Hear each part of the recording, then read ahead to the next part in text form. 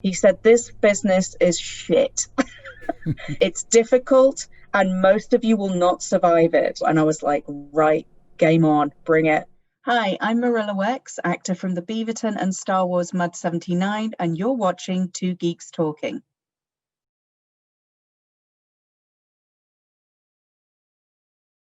Good morning, afternoon, evening, everyone. Two Geeks Talking is an entertainment industry interview show where we interview the creative people from the comic, film, TV, movie, and video game industries. And of course, I'm your host, Kurt Sasso. We are joined today by a very talented actor, all the way from England. I'm going to say that, or United Kingdom, however you'd like to say it. She is an actor out of Toronto. She is a very talented actor for that, right? You may have seen her from Murdoch Mysteries and, of course, a variety of other shows, including the Beaverton. We are joined today by Marilla Wex. How are you doing today? I'm awesome. I'm trying to rehydrate. I may have had several beers last night. And that's not a bad thing, in my opinion. So as long as you had fun. Yeah, it was on a Zoom call with a bunch of other voice actors. We do it once a month just to stay sane. It's a very lonely profession. Well, that's interesting because being an actor, you're usually surrounded by people. You're surrounded by very creative talent and individuals, be it behind the camera or whoever you're working with. How did you get involved in acting? It's all I ever wanted to do from when I was like 4, playing Mary in the JK Nativity extravaganza at my school. And I was on stage and I was very annoyed at the shepherds because they had bare feet and they were walking on straw and they were hopping up and down.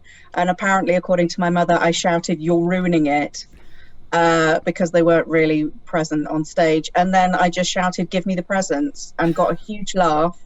And I was like, "Oh, this is good. Let's do more of this." So that was it since 4. Usually people take till like they're in their teens before they find the profession. I'm No. glad you found it early. I was in the National Youth Theatre, which is it's an organisation in the UK where young actors have to audition. It's extremely competitive. And then you spend all summer in London doing professional shows. You get treated like a professional actor. You're expected to behave like a professional actor. Because there's no summer camp in the UK. We just, try and get into bars and beat each other up. There's really nothing to do. And luckily, me and my sister both went to London every summer from the age of 16 to 20. And we're just in shows in the West End. So I knew from the get-go. Is acting in the UK more cutthroat than the US or Canada? It's a different ball game, really. Canada's a weird hybrid, I find, of the US and the UK. You have sort of, people are slightly more ambitious, but they're more passive aggressive about it. In the UK, people generally tend to wait for jobs to fall from the sky. They're not very driven. The assumption is once you've been to an accredited drama school, like what I did, that's it, you're good to go. You get an agent and then jobs just magically happen, which of course isn't really the case. So coming here was a bit of a shock because I realized that, people hustle here. That's interesting.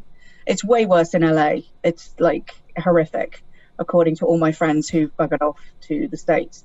New York is different again. Yeah, I wouldn't say cutthroat is how you could describe the UK acting industry. It's more sort of lethargic and lazy. But I haven't been there for 17 years, so who knows? Someone may have put a rocket up their asses and they might be hugely motivated and hustling right now. You see the talent that comes out of the UK, though. I mean, you have Patrick Stewart, Ian McKellen. I mean, the list goes on and on. Truly amazing talents. John Cleese, and of course the Monty Python Flying Circus as well. Sorry, I'm a comedy nut as well when it comes to that. You're allowed. I also have a very warped sense of humor too. So for some reason, British comedies do a lot better than the Americans, for sure.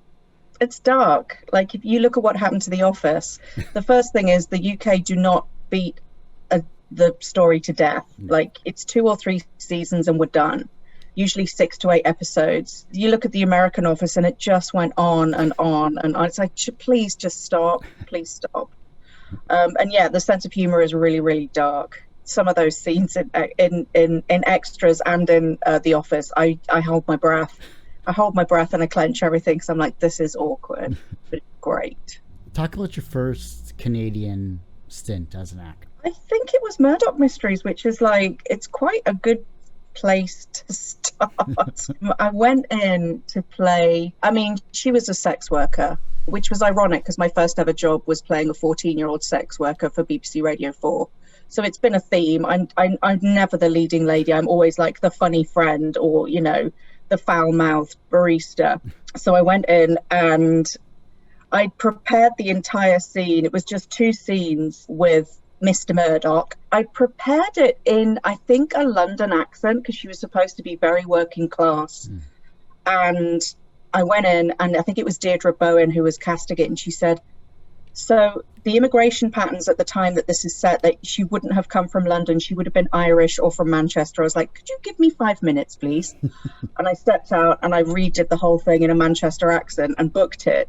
It's in the first season of Murdoch Mysteries if you want to go and look it up. And I play this quite terrifying woman whose husband, I think, has been murdered. And there's a ventriloquist in it. It's really weird and creepy. And I spend the entire time, basically they just put me in a corset. So my boobs were up here. It was alarming. And then threw a shawl over the top of me, blacked my teeth out and gave me some hickeys. And so I just, it's almost like I lift my boobs onto the table as I'm talking to Murdoch. And he's, of course, very Catholic and buttoned up and spends the entire 2 scenes like not really knowing where to look. It's classic Marilla Wex. Is it safe to say that comedy is also in your blood when it comes to being an actor as well? Yeah, always. I kind of got disappointed when I got cast in straight roles because it was like, oh, no, I'm not going to get any laughs there. Yeah, always. I don't know what to tell you. It's always been like, you get a laugh. Like, if you get a laugh at age 4, game over. Like, that's always going to be your go-to is like, how can I make people laugh? I mean, I did stand up for 10 years. I have an album. Like, I did the whole thing. And yes, comedic roles have always been my bread and butter. As a creative, you're like really stretching it because you have comedy, which is stand-up comedians, just they live and die by the crowd basically, and you have acting where you live and die by either the casting director or how good the show is. Right. I mean, you're really stretching your range to the fullest extent that you possibly can as a creative person. I've been like, people have said to me, because I've had problems branding, because, you know, they're like, you know, pick one thing that you're really good at that really sells you. And I'm like, dude, not possible. I'm one of those annoying assholes who literally does all of the things. Like, if you just take voice work, I do everything from like corporate narration to animation to video games to e-learning to like, you name it. I've radio drama. I've done it a bunch of times. It's the same with my acting. I've done corporate improv. That's how I used to make most of my money in the UK. I'm a classically trained actor. I've done Shakespeare. I've done TV, film. I was a regular on a TV show that they wrote the part for me. Like, I've had people look at my website and go, oh, yeah, okay. Yeah, you can't pick one thing. I'm like, nope, no, it's not happening. The good news is that you're good at everything that you've done, though. That's the best part. Like, thank you very much. You're truly a professional. You truly take pride in what you're doing, and especially in everything that, at least what I've briefly seen on. And, you know, Star Wars Mud 79, I think, was the epitome of Fred just couldn't say anything else better about you. I mean, literally, it was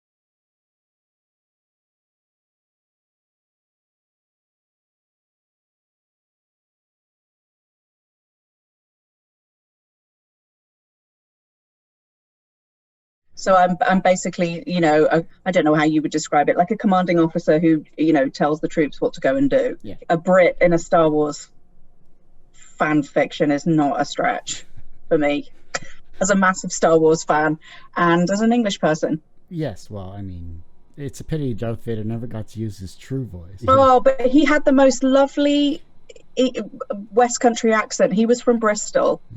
And so when he talked like this, which isn't exactly like threatening or scary. It's more like, a lovely farmer. So yeah, they did not use his real voice. Obviously, James Earl Jones did the voice of Darth Vader because lovely farm sounding man would not have been appropriate. Well, not as threatening, you're right, true. Would you like some potatoes? I mean, yeah, exactly. As I like choke you the to nice carrots you can have. Like, it's not, terrifying enough. And then John Boyega never got to use his accent either, too. It's like, no, force you to be an American. No, but look at everybody. Like, you pick any half-decent TV show, they're all bloody English. Mm-hmm. Like, The Walking Dead, half the cast is from the UK. Like, that's what we do, is we go to LA, we learn how to do an American accent, and we never stop working. I just got stuck in Canada with a kid, so it's like, it's fine. I'll just play me. That's fine. Who better to play you than yourself, obviously. Exactly. How difficult was it when you first came to Canada to, besides after Murdoch, usually there's a lull, but you mentioned the hustle as well, the half hustle for Canadian actors, I should say. How difficult was it for you to land the next role for yourself? Or were you already planning on doing multiple avenues with voice work? Well, I mean, you can't afford to do one thing and survive. So, I mean, I've been doing voice work my entire career. It was my first job out of drama school. It's always been the thing that has been my go-to. So really, I didn't develop my own voice work until I built my booth 5 years ago. So in the interim, I was doing everything. I was doing theatre, which just pays like garbage. Then I discovered stand-up, where I could get the instant gratification of a live audience with none of the rehearsal time, which really appealed to me because I like that. The audience buzz is very fun. And when you realize how badly paid theatre is, you think, how can I get that buzz? Stand-up comedy or improv is the only way. So really, it took me until I was 45 years old to figure out how to earn a living as an actor. And the answer is you build a booth so that you can do voice work from home, and then you find clients all over the world who will pay you delightful amounts of money. But right up until then, I was just like every other actor. I was doing secretarial temp work. I was building websites for people, struggling to make a living as a performer. And stand-up does not pay you anything. So, you get paid in beer tokens and they might throw $20 at you, but like, good luck making a living with that. That's why everybody goes to the States, because we just don't have the structure to be able to support stand-up comedians the way that they have in the States. It's almost as if the American culture understands that comedy is gold because of the standards set by George Carlin and other creative talents along that line, so they are able to pay more money towards the comedic stand-ups, for that matter. I just don't think there's enough people in Canada to support the industry. We're not that I mean, literally, there's like 38 million of us. Yeah. You think of how big the market is in the States. How many places, how many towns can you actually go to on a tour? There just isn't the infrastructure. I don't think it's got anything to do with the levels of talent in Canada. Everybody just buggers off to LA eventually, or New York. And that attrition is really depressing. And it's why Sandra Battellini is one of the reasons why Sandra Battellini started CASC, which is the Canadian Association of Stand-Up Comics, because there's just nowhere to go unless you go to the States, or a lot of people go to the UK. So, I don't think it has anything to do with talent. I think it's about infrastructure, and I think it's about the physical amount of people there are in the States to support that kind of industry. Plus, I don't think a comedy route on Highway 1 across Canada would really be that entertaining. Yeah, I don't think it's impossible, but I don't think there's just not the infrastructure. I don't know what to tell you. It's like, you can make a living in the UK, you can make a living in the States. You cannot make a living in Canada as a comedian unless you've produced enough albums that get played on Sirius XM, so you get royalties. That's how a lot of people have done it. They've either used that money to be able to stay in Canada, or they've used that money to pay for their visas to go live in the States. So then, as an actor, though, is it as daunting a task to be paid properly in Canada? No. The rates are okay. Not for voice work. I have a lot of feelings about the negotiations ACTRA has done to secure agreements for voiceover pay. No, TV and film rates are decent. It's just there isn't the volume, and unfortunately, what tends to happen is giant co-productions come to Toronto and Vancouver, and they cast all of the main roles outside of Canada, throw a few Canadians, a few day player roles, and that way they have satisfied the Canadian content aspect that allows them to come and film here. There isn't enough force put on those US or UK producers to actually book Canadians in those key roles. They'll say, oh, we tried, we auditioned, and they'll show you the sheets where they auditioned all the actors. And they'll say, oh, we just couldn't find anyone, so we had to get somebody from LA. So again, it's like you can make decent money here, but there are probably about 15 people who do that. So, and one of them was me for a while, and that was great. It's not really sustainable. Gosh, I'm feeling very dark and kind of like, oh, boo. But it's, it is what it is, which is why, building my voice booth was the best thing that ever happened, because because it's a global market, I don't have to limit myself to what I can find in Canada. I just find that a person that has obtained a certain amount of success as you have, to keep a good head about your shoulders, especially when it comes from job to job, is always interesting to kind of dive into and see their thought process. It's tricky because I get it why the attrition from the industry is so high, because people can't sustain it, especially if you have a family. If you have kids, like, it's incredibly hard to, you can't just bugger off to Stratford for a season. What are you going to do with your family? You can't just go across Canada on a stand-up tour. What are you going to do with your family? It's, are you going to relocate if you book if you do manage to book a recurring role in a TV show that happens to be filming in Vancouver and you live in Toronto? It's a constant juggling of priorities and logistics, and it's frankly exhausting. And not only are you doing that, but you're probably trying to hold down a Joe job in order to pay the rent. And if you live in Toronto, those rents are astronomical. Yeah. So it's really a challenging industry to be in, which is why I've been on a bit of a mission in the last 3 years to help actors figure out how they can actually make money from being voice actors, because it's not for everyone. And again, it's a massive amount of hustle.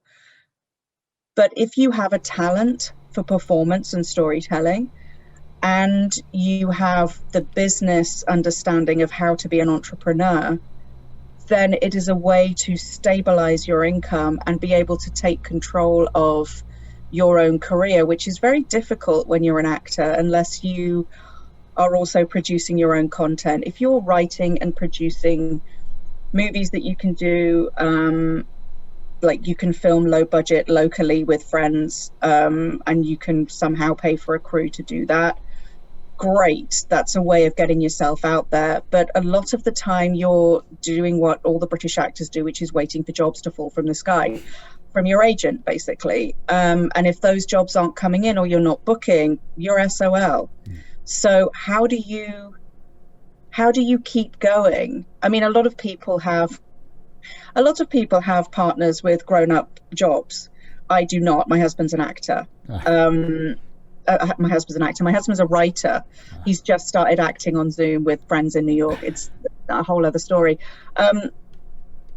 But that's how a lot of people survive, is they get their health benefits from their spouse or partner who works in a real job with benefits, And the rest of the time, you know, they pick up jobs here and there. They end up being the caretaker of the kids if they have them.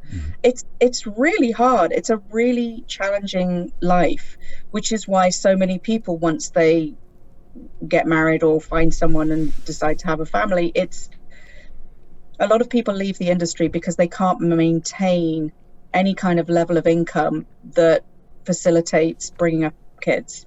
And I was in the same boat, you know. So I used to build websites for people. It's taken me this long to figure it out that you can, now that and I don't want to sound like I'm 112, but now that we have incredibly fast internet speeds and the ability to build half decent sound treated spaces that you can produce broadcast quality content in, the world's your oyster. And, you know, I'd been thinking about it for years and then had a significant job loss, and that really put a fire under me to figure it out. What I wanted to know is, you've built your sound booth, you're getting these gigs, you're pushing to get these gigs, I should say, to make yourself viable, to keep yourself active in this ever-changing community. Is it difficult to get these roles, or is it something along the lines of, hey, I've done this, this, and this, you know, let me showcase what I have, here's my website? Well, there are so many different ways of getting voice work now. Obviously, agents are great. I have an agent in Toronto. I have agents in the States. I have agents in Spain and other parts of Europe. So that's great because they just send you auditions and you record an audition and you send it back to them, and then you're in the pool with everybody else. Then there's the kind of voice work that you can approach producers directly for. So that would be things like e-learning, which has obviously exploded this year, since no one's able to do in-house training and kids are learning a lot from home. And that kind of thing is easier to get by direct marketing. So you would be using Google to find e-learning production companies, and you would be contacting them and maybe saying, hey, check out my demos, whatever, however you feel it's appropriate to contact them. But there are so many other different types of content producers that need voice actors. So you look up any YouTube video that's coming from a company that have made a product that they need to explain to you how that product works. Those are called explainers. And again, those are produced by video production companies that you can search on the internet. And again, you can market to them directly. And the third way of getting work is there are what we call pay-to-play websites where you can sign up for a yearly membership and they post jobs, like a bit like for actors who use it, casting workbook. So you'll see jobs come up and you can audition for them. And so it's not like ye olden days where you would just get everything from the agent. Now you are able to find work yourself, and that's been a huge game changer. And there's been so much disruption in the industry this year alone that more and more people are finding out, oh, I could actually find work for myself. I don't have to wait for my agent. I don't have to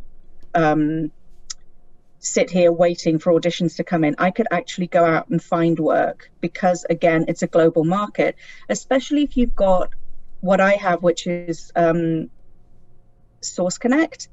Now, what that means is that's a piece of software where, and this is how I recorded the video games I worked on this year, and also 3 commercials I did for Dentine and 4 audiobooks that I recorded for a company here for an author in Vancouver. So that's a platform where you can, in real time, be recorded remotely by a studio using your equipment and an Ethernet connection. The use of Source Connect has revolutionized voice work, and I'm sorry to say, but a lot of sort of the grown-up studios are not going to survive the pandemic simply because producers have been going directly to voice actors like me who have these kinds of setups in their home. So there's no need for the talent to come into a studio and record in their booth. They can simply stay at home and do it. It's been an absolute godsend I had all of that before the pandemic hit. And so I was able to keep working. And unfortunately, a lot of actors have been playing catch up trying to get that kind of stuff set up because it's not it's not cheap, No. and it's not easy, and not everybody lives somewhere where it's quiet enough to be able to facilitate that kind of recording. Like, you live anywhere near a streetcar track, it's going to be tricky. You live over a subway line. Yeah. It's like, it's okay if you're recording yourself doing stuff, but if you have a directed session with somebody and you have to, it's like when you film on location and you have to hold for plane noise. Yeah. You're doing like a period piece and you have to hold for sound. It's the exact same issue you have with a home studio. So, Or if you live above a garage and a garage door keeps opening and closing.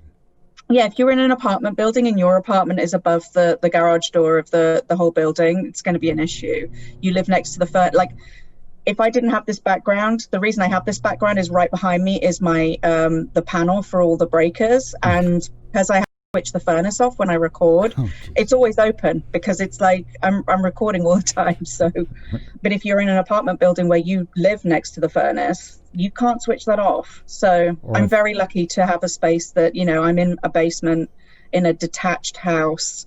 So, you know, occasionally a leaf blower will become irritating, but usually I don't hear any of that stuff. Talk about these last couple of, talk about the working with Star Wars Mud 79, because that to me, I just kind of want to segue into that, because it's a great series that Fred has put together. When he approached you, what was your response to it? I mean, obviously you said yes, but immediately, I didn't even think about it. Fred's a friend. Yeah. So like I've known him ever since I started doing stand-up, and I would go on his show and promote whatever I was doing. And we've kind of been circling each other in various, you know, friend groups and stuff. And so he messaged me and said, look, I'm doing this thing. I've written this thing. It's about the Star Wars universe, and I would love for you to be a voice actor on it. It's going to be like a radio play, and it's fine if you say no. Like, you were the first person I thought of. And I was like, yes, yes. And he was like, so do you want, I was like, no, just yes, yes.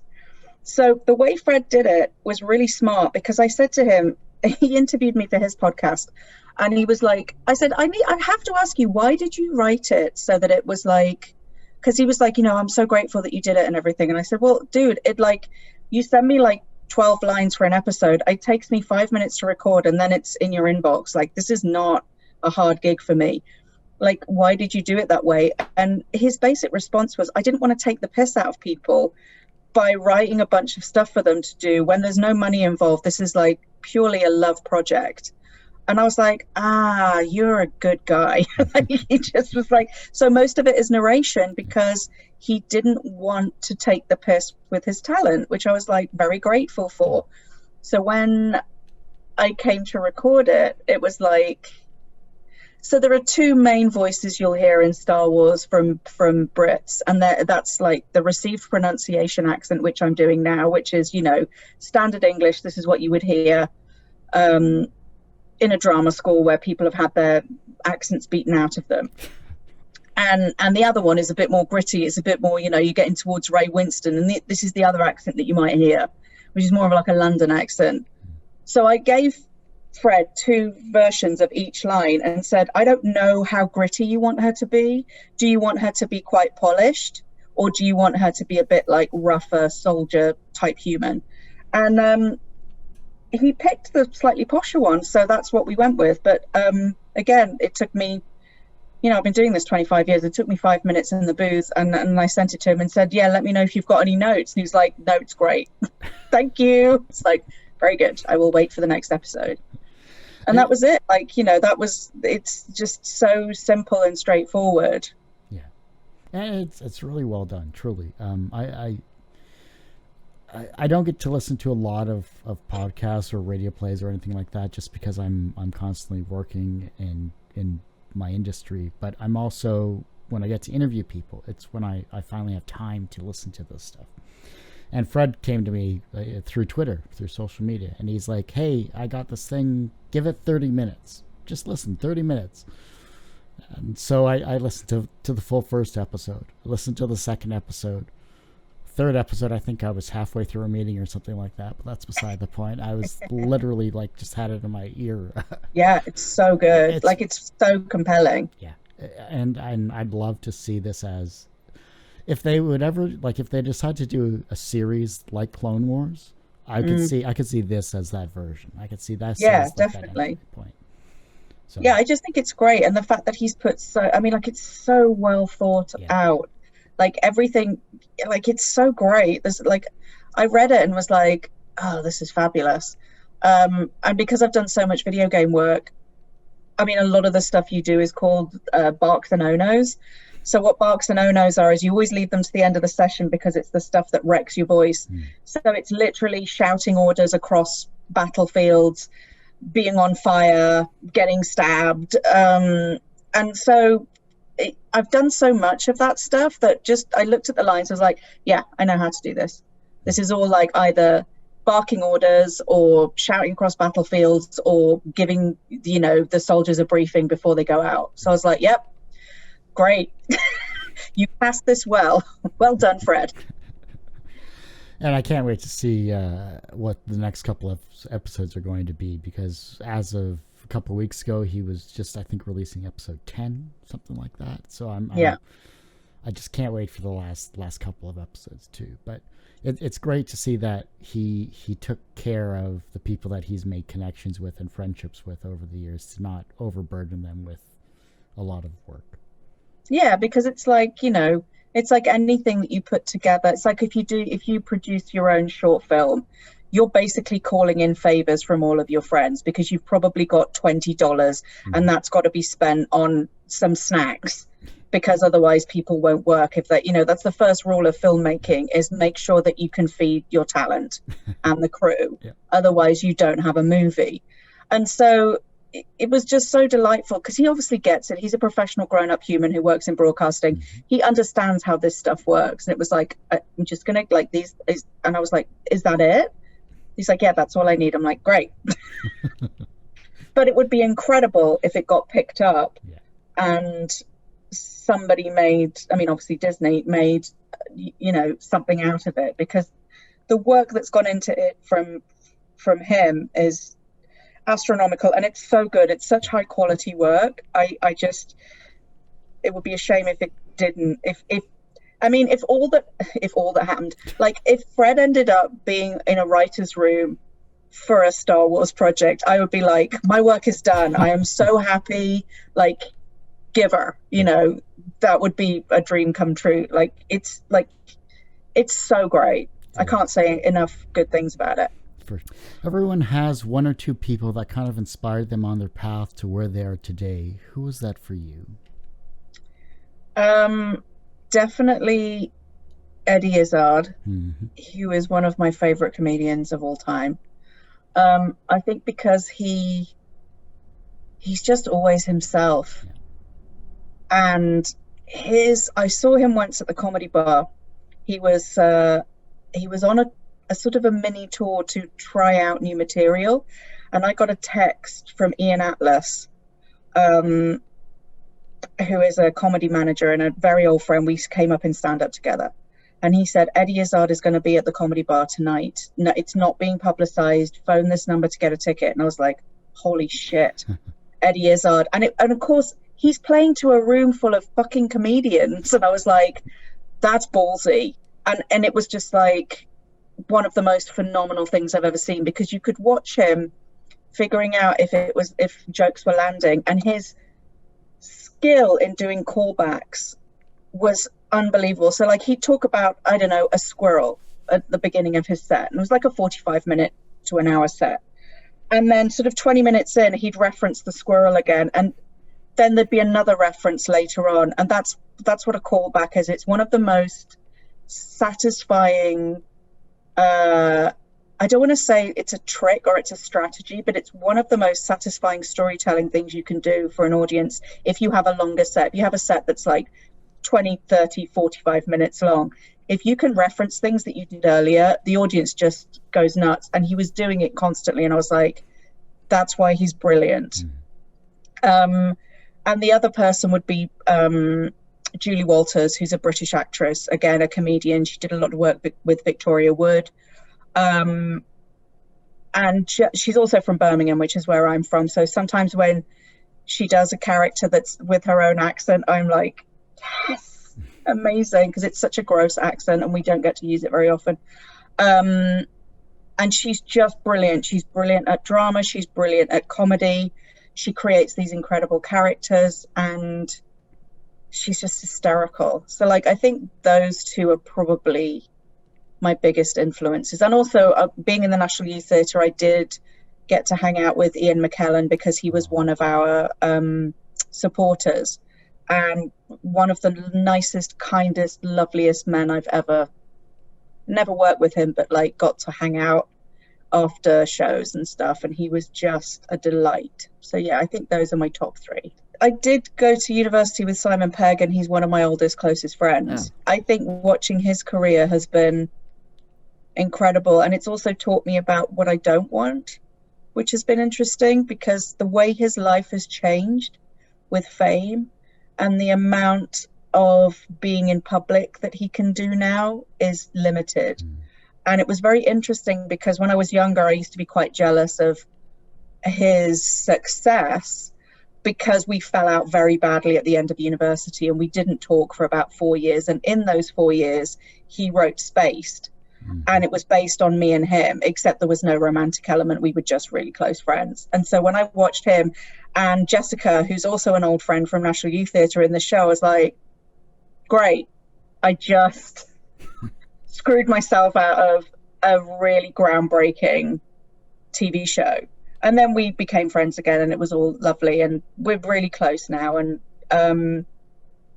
but it has been interesting to watch him with the Mission Impossible movies, with Star Trek, of just having this whole other level of fame and not being able to get on the tube, not being able to, you know, we had to be quite careful which restaurant we went to for lunch so that he wouldn't be bothered by people, so that we could actually have a conversation. And he's the kindest, most generous person. Like, he will talk to anybody. If anyone comes up for an autograph, he's like genuinely very sweet and kind. But it's really difficult when you're going for lunch with a friend and you're trying to you haven't seen them for maybe 2 or 3 years, and you're just trying to have a conversation. So that's been an interesting one, because it's taught me about, you know, when you're a kid and you want to be an actor, you think about, oh, I want to be a famous movie star. And actually I don't. I enjoy the anonymity of being a character actor. I really enjoy the anonymity of being a voice actor, where they have no idea what you look like. I have a bunch of 10-year-old fans, because I am the voice of the computer in the Minecraft series, 10 Things You Didn't Know About Minecraft. And like, if I tell any of my friends who have kids who are age 10, they're like, oh my God, she plays the computer. Oh my God, that's so cool. And I'm like, it's the most ridiculous job that I've done recently, and it's so fun. But that's the kind of thing that I enjoy. I would not enjoy having to be careful about where I went, privacy issues. I don't have any of those issues. And watching Simon deal with that has been a real eye-opener. And I'm generally quite an outgoing person, but I've realized I don't enjoy awards ceremonies. Like, when I've had to go for the Beaverton and stuff, when we've been nominated, I've been like, I don't enjoy this. And it's funny, because for somebody who enjoys attention, it's very specific what kind of attention I enjoy and don't enjoy. So it's been, watching Simon and his career has been really interesting. And, you know, the fact that we can talk about the business, and like, he's talking about working with Tom Cruise and I'm talking about sitting in my booth in my closet. It's like, that's cool, but it's very different. And it's quite a relief, because it's like, I don't want that. Cool. That's good to know. It's interesting to see the other side. I mean, friendships are wonderful. I mean, whoever you can keep as friends throughout your life and your career is always great to have and see. From a professional standpoint, you've had a 25-year career doing what you love, being an actor, as well as in voice and theater and television. Do you consider yourself personally successful? Wow, it's a really interesting question. I think I've done more than a lot of people, and I've been very lucky in that. I try not to compare myself too much, because, you know, what with social media, it's really easy to see a curated version of somebody's life. I'm really, the thing I'm most proud of is that I make more money now than I ever have in any job, and I do it from home. And I built that.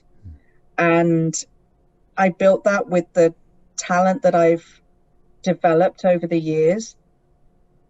And I busted my ass to get those clients and to create the work that I now do. And I was talking to a friend the other day because, you know, as a 50-year-old woman, you have to accept that you've probably aged out of on-screen stuff. And someone was like, how do you feel about that? And I was like, well, I'm pissed, not going to lie, because, you know, you look at British TV and you see real humans who look like real humans and are of all ages and all ethnicities, very diverse, very broad. And you look at Canadian and worse still, American television, and you're like, everyone's very pretty and thin and young. And so that, it kind of pisses me off. But then by the same token, the only things really on my bucket list now are I would love to host a factual TV show. Like, I love doing teleprompter work. I love doing that in the Beaverton. And I love presenting generally. Like, I love emceeing shows and stuff. So if that's the only thing on my bucket list, I think I've done pretty well. So I do consider myself a success. But it's very easy to, when you've got friends like Simon Pegg, when you did go to National Youth Theatre with Daniel Craig, to look at them and go, I've done nothing. I've done shag all. But then, you know, they're 1 in 10,000. So yeah, I'm very content, and I do consider that I've had a successful career. And I'm, you know, the great thing about voice work is you never age out of it. Like, doesn't matter what you look like, doesn't matter how big you are, doesn't matter what, you know, how old you are. If you can create voices, that's all you need. It doesn't matter what you look like or how old you are. So I don't see myself stopping anytime soon. The reverse of success, obviously, is failure. How do you deal with your failures? I get really miserable. I'm a bit of an overachiever. I'm a bit of a girl guide. I like to do things well. You know, I was the first kid in my family to go to university. So, like, you know, I was a scholarship girl at a private school. Like, I'm a bit of an A-type overachiever. So, I mean, this is going to sound arrogant. It might just be a framing thing. If stuff doesn't work, I don't classify that as a failure. It's just data. So, for example, if I run a bunch of Facebook ads for my course on how to develop your voiceover business and they don't work, I don't consider that a failure. I'm like, interesting. What can I do differently next time that will get a better result? It's like, and I think that comes from years and years and years of auditioning and then walking away, because I've watched a lot of actors. I'm one of only, I think, 2 or 3 actors from my graduating year at Bristol Old Vic Theatre School who are still in the business. And what it takes is an incredible amount of letting go. Because as soon as you've auditioned for something, you have to walk away. You have to press Control-Alt-Delete and move on. Because if you don't, you will go nuts. And I've watched a lot of people go nuts, literally go nuts. And I, as a person with a lot of mental health issues in my family, I don't say that lightly. I've watched a lot of people struggle with their mental health because of the nature of the business. So I think if you can get through that, it's about where you go forward after that. So if something's not worked out, you know, I didn't get hired back for the 3rd season of the Beaverton because of budgeting issues. They used a lot of the people in the writers' room who were ACTRA members to be correspondents on the show, because I think I'd already been priced out, because I was on every year I got like a pay upgrade. And by the 3rd season, a lot of things happened that meant that the budget was really tight. So I didn't get to be in the 3rd season of the Beaverton. Was I pissed off? Yes. But that was a logistical issue. It wasn't personal. It wasn't that they didn't want me to be in the show. It's that they couldn't afford to have me in the show, or Donovan Stinson or Aisha Alpha. So we were like, okay, we're done.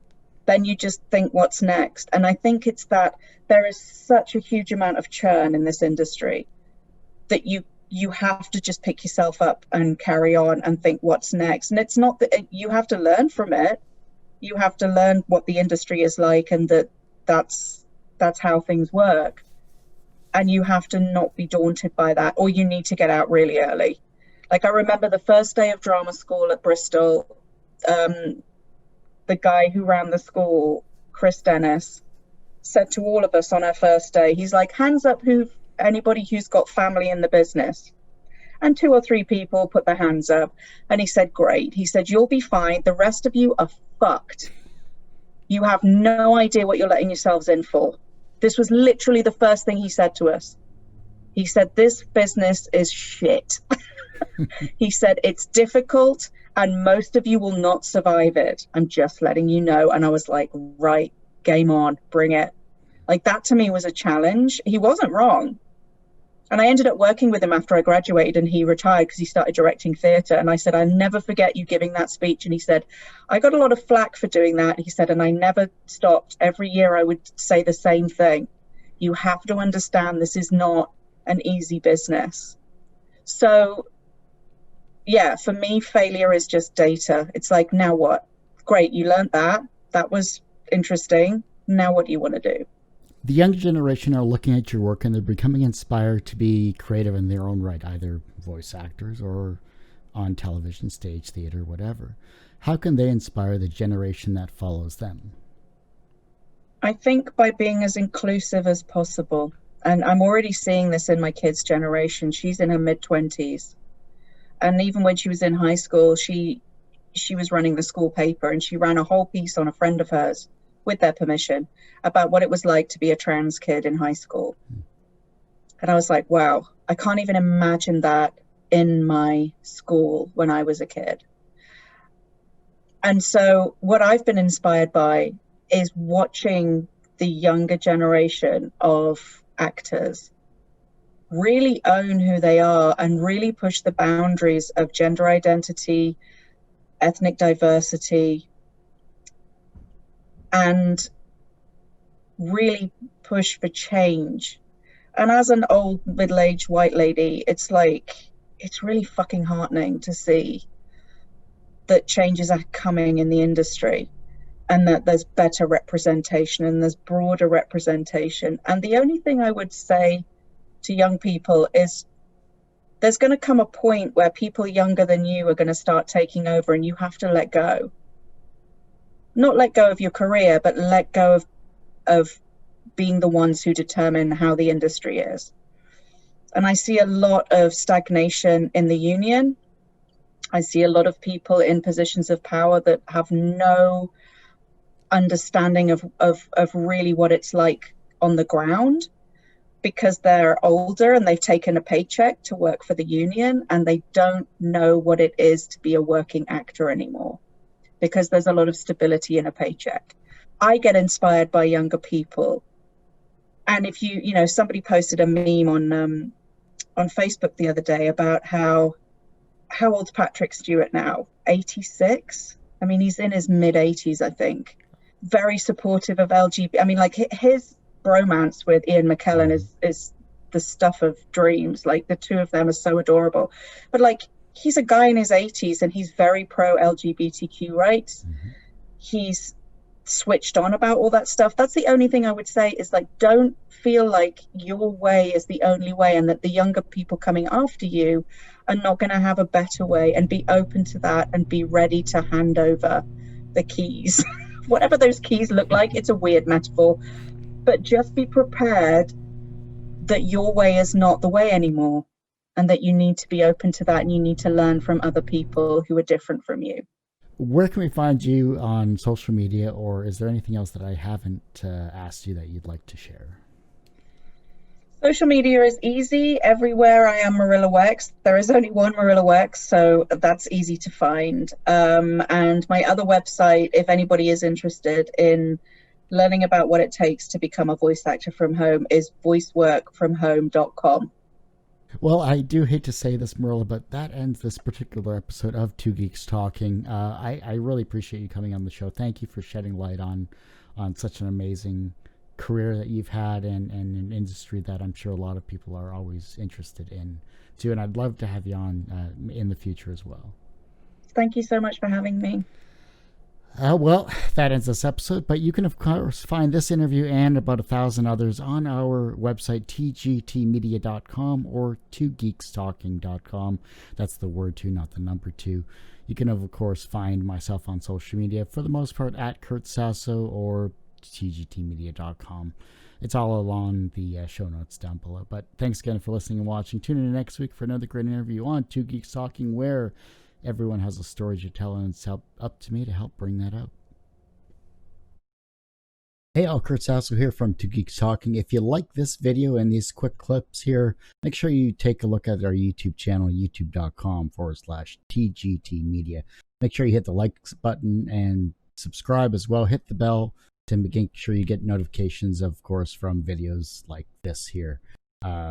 Thank you everyone for listening and watching over the years, and keep listening and watching for new and exciting interviews with talented and creative people in the entertainment industry. I'm your host, Kurt Sasso. Thank you so much.